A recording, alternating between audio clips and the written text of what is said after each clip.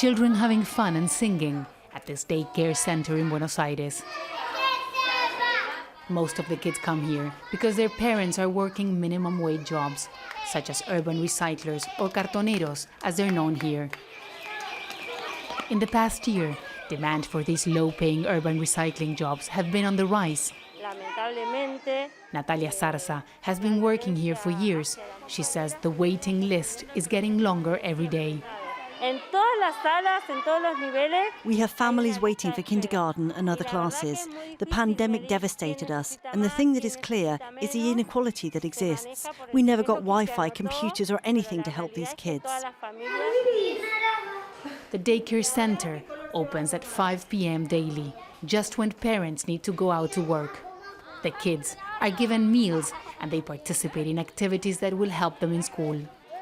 Over 200 children are brought here every day. They remain in this place until 11 o'clock in the evening. That's when their parents are able to come and pick them up. The fact that so many children whose parents are urban recyclers on the streets shows how difficult the situation is for many families in this country where child poverty rates are close to 65%. The Cartoneros movement was born out of the economic crisis of 2001.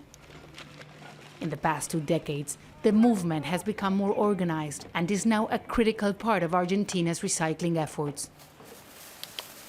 Miriam Montserrat is a mother struggling to make ends meet.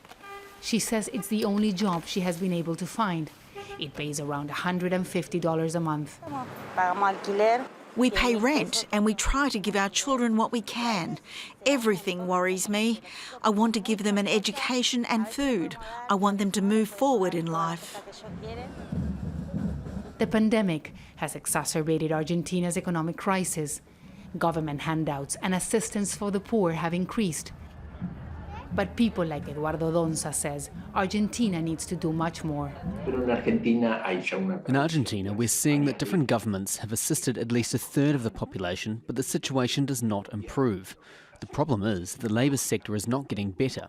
If Argentina doesn't generate jobs, then people's lives won't get better. And to improve the labour sector, there has to be a change in the productive structure and increase in the country's GDP.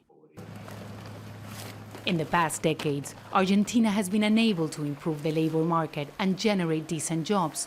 And that's had a huge impact on children in the country, whose parents are forced to work in the informal sector and on the streets. Teresa, Jazeera, Buenos Aires.